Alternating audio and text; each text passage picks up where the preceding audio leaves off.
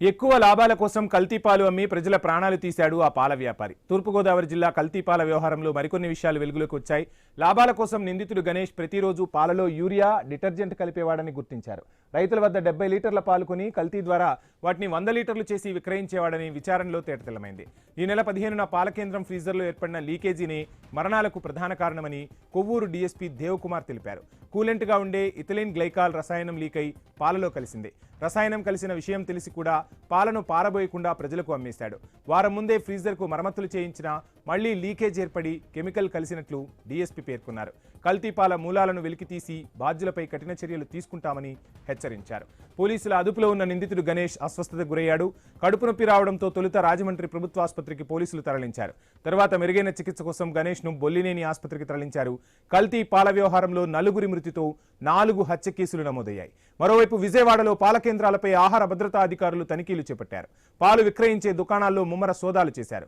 Prasadampadu, Krishnalanka, currency నగర్లో అధికారుల తనిఖీలు కొనసాగాయి.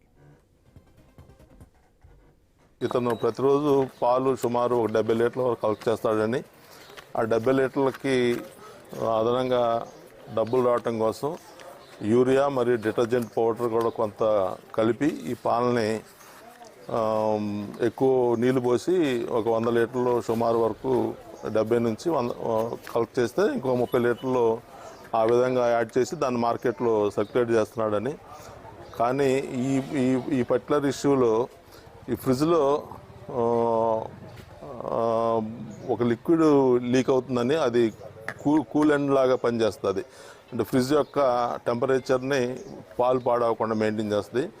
అది పాలు ఏదో లీక్ అవుతున్నట్టుంది, కస్టమర్స్ చేదుగా ఉందని చెప్తున్నారు. ఇతను ప్రతిరోజు పాలు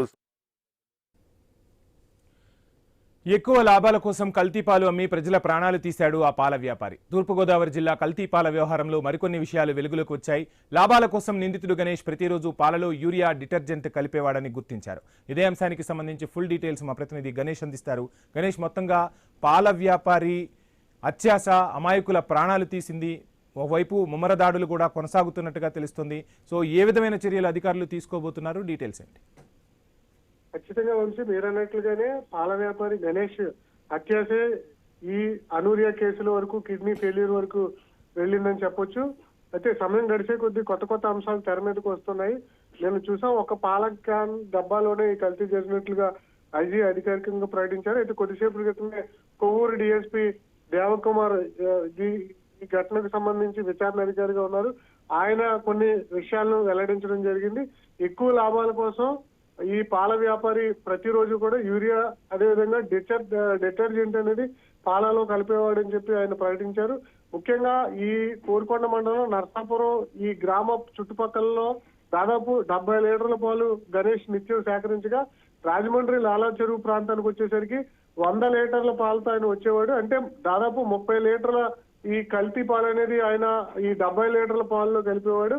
ఆ యూరియా, డిటర్జెంట్ రెగ్యులర్ గా వాడి దాదాపు 70 లీటర్లలో 30 లీటర్లు కలపడంతో 100 లీటర్ల పాలు ఈ 106 కుటుంబాలకు వేసినట్లుగా డిఎస్పీ దేవకుమార్ అధికారికంగా ప్రకటించారు. అయితే ఇది ఎప్పుడు కూడా గమనించలేదు అక్కడ ఉన్నటువంటి ఏదైతే పాలను వినియోగిస్తారో వారు.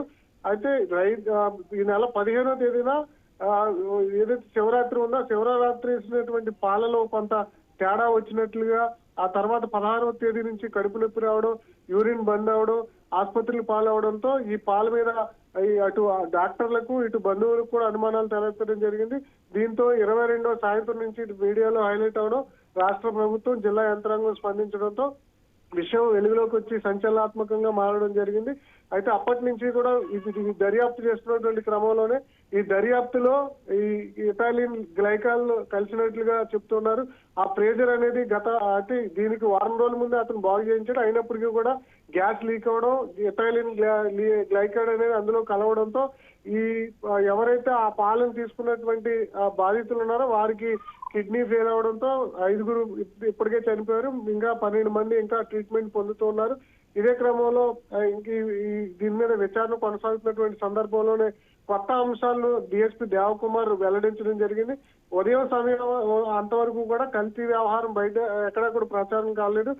ఎథైలిన్ గ్లైకాల్ కలవడం వల్లే చనిపోయింది అనుకున్నారు. కానీ కొద్దిసేపు క్రితం డిఎస్పీ చెప్పినటువంటి మాటల్లో యూరియా డిటర్జెంట్ కలిపారు అంటే ఖచ్చితంగా కల్తీ జరిగింది అనేది ఇక్కడ క్లారిటీగా అర్థమవుతుంది. కాబట్టి నిందితుడి మీద కఠిన చర్యలు తీసుకునేటువంటి అవకాశం కనిపిస్తుంది. ఇప్పటికే బాధిత కుటుంబ సభ్యులు దాదాపు Rajahmundry 2 town, Rajahmundry 1 town, 3 town తో పాటు బొమ్మూరు పోలీస్ స్టేషన్ లో ఫిర్యాదు చేయడంతో అతని మీద 4 హత్య కేసులు నమోదు చేశారు. నిందితుడి మీద ఇప్పటికే రిమాండ్ విధించడంతో రాజమండ్రి సెంట్రల్ జైలుకి తరలించే అవకాశం ఉంది. ప్రస్తుతం నిందితుడికి అనారోగ్యం ఉండడంతో జీజీహెచ్ లో వైద్యం అందిస్తున్నారు. దీని మీద ఇంకా విచారణ కొనసాగుతుంది. బాధితులకు మెరుగైన వైద్యం అందుతుంది. బాధిత కుటుంబాలను ఆదుకునేందుకు సాయంత్రం ఎమ్మెల్యే ఆదిరెడ్డి శ్రీనివాస్ చెక్కులు అందించబోతున్నారు. మొత్తంగా అయితే కల్తీ వ్యవహారమే రాజమండ్రిలో సంచలనాత్మకంగా మారడం జరిగింది. భవిష్యత్తులో ఇలాంటి పరిణామాలు జరగకుండా చర్యలు తీసుకునే విధంగా ఫుడ్ సేఫ్టీ అధికారులు, రాష్ట్ర ప్రభుత్వం ఈ ఘటనతో ఆ పాల కేంద్రాల మీద దాడులు చేయించాల్సినటువంటి పరిస్థితులు కనిపిస్తున్నాయి. ఎథైలిన్ గ్లైకాయిడ్ పట్ల జాగ్రత్తలు తీసుకోవాలి, లేదంటే వినియోగం మీద బ్యాన్ విధించాలన్న అంశాలను అయితే రాష్ట్ర ప్రభుత్వం ప్రకటించాల్సినటువంటి సూచనలు అయితే కనిపిస్తున్నాయి. మొత్తంగా అయితే కల్తీ పాల వ్యవహారం యూరియా డిటర్జెంట్ కలిపినట్లుగా అయితే డిఎస్పీ ప్రకటించడం కొంత ఆందోళనకు గురి చేస్తుంది. నిందితుల మీద కఠిన చర్యలు తీసుకునే దిశగా అయితే ప్రస్తుతం పోలీసులు చర్యలు తీసుకుంటున్నారు. Thank you Ganesh.